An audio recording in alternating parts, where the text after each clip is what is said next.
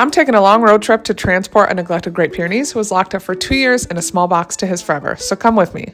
This is a dog I've been posting about, Cloud. It was about a 3-hour trip, so I wanted to get him some bones to keep him busy. We also didn't have any supplies because we were starting from scratch. He was kept in just an outdoor concrete box for 2 years. He had no bed, he had just a bowl. I got everything I needed, then I was headed to get Mr. Cloud. I had him in boarding for a couple days because he needed a spot to land until he could go to rescue. I hadn't seen him in a couple days and he was having the time of his life in boarding. I got so many updates. He was an absolute favorite. He's just so sweet and happy in everything he does. Nothing seems to faze him, which just shows how resilient dogs are. He loved the lamb chop. That was his favorite.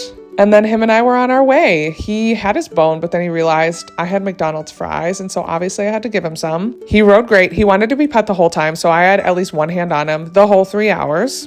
But I'm like, after what you went through, I'll pet you 24/7. We made it to Georgia, and then while we waited on the rescue, I walked him around downtown, got to see some sights. He got a lot of snacks and so much attention. Everybody that passed by him wanted to pet him and hear his story. And then I had to say bye. I was pretty emotional after the week we'd gone through with getting him out of where he was. Like, I just formed a bond with him, but I knew this was best for him. And I knew he was going to be so happy and safe with that rescue. I made my way home. It was dark by the time I got home. It was about a 9-hour day. But it was all worth it for him, especially when I got these update videos from his foster. He's happy, he's healthy, he's safe, and that's all that matters. And that is why rescue is so worth it. But these are the sides you don't see: the transport, the logistics, everything that has to happen to get these dogs safe. You lose sleep, you lose meals, you lose time with your family and your dogs, but it is worth it because look at him now. He's been in a home for a day and he's already fitting right in. And this was my first independent dog rescue, and truly, Cloud, I will remember him for the rest of my life. If you want to get involved, just transporting really helps. So